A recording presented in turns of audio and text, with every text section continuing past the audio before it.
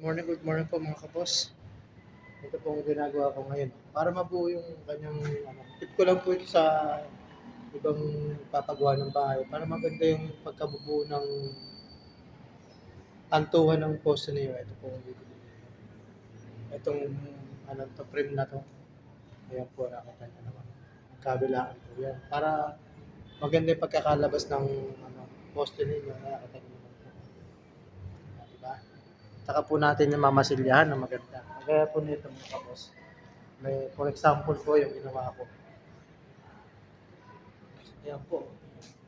Yan, may frame na po siya niya. Nakita niyo, wala na, di ba? Buong-buo na po yung kanyang kanto. Ha? Yan po yung taas niya. Napapansin niyo. May nakaangat pa. Yan po yung may sinasabi na may dugtungan. Para kung sakaling magdudugtong ka, nakita niyo naman po mga kabos. Ayan, di ba? Ayan. Hindi siya makikita, no? Kagaya po na itong isa. Pero hindi po ako may gawa nito ha. Kasi ganito eh. Kulang pa sa ano eh. Pinakita ko lang po sa inyo yung mga kulang po. Kulang pa siya.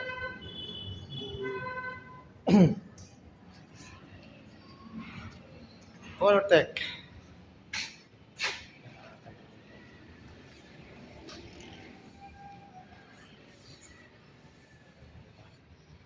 Ano na yung kantuhan niya. Kasi meron nga po siyang frame. Kaya maganda yung kantuhan. Yung isa na yun, yung ginawa kong yun. Yun na po ang kinalabas ang finish na. Ito po yung layout. Yung wrap pala. Wrap pala ang tawag doon lang. Tapos ito po yung ginagawa ko ngayon. Bali na meron na po ako ng mga gagawin.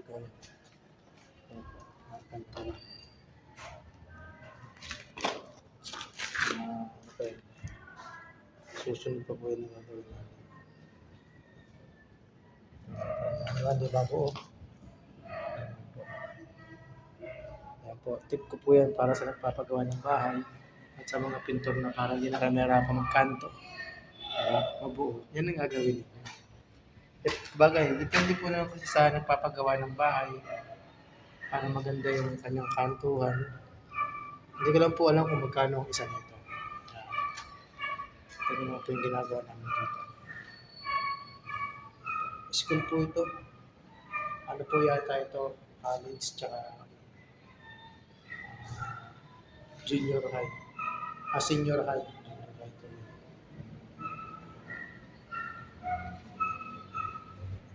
Ayan, mga kabos.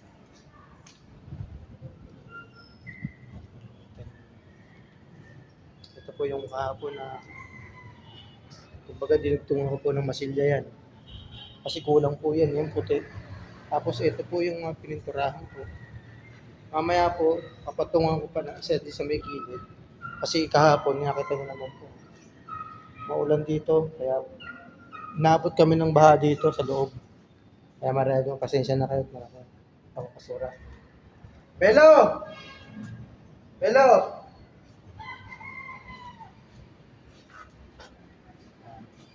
So, ginagawa namin ito. Pero ginawa ng kasama ko. Hindi pa ito naliliha pero okay na to. Hanggang taas na po yan.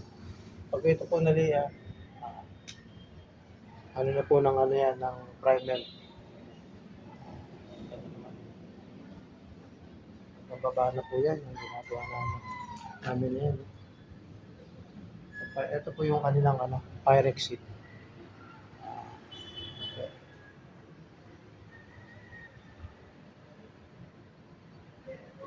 Parang dito na lang po muna ulit at maraming salamat sa inyo.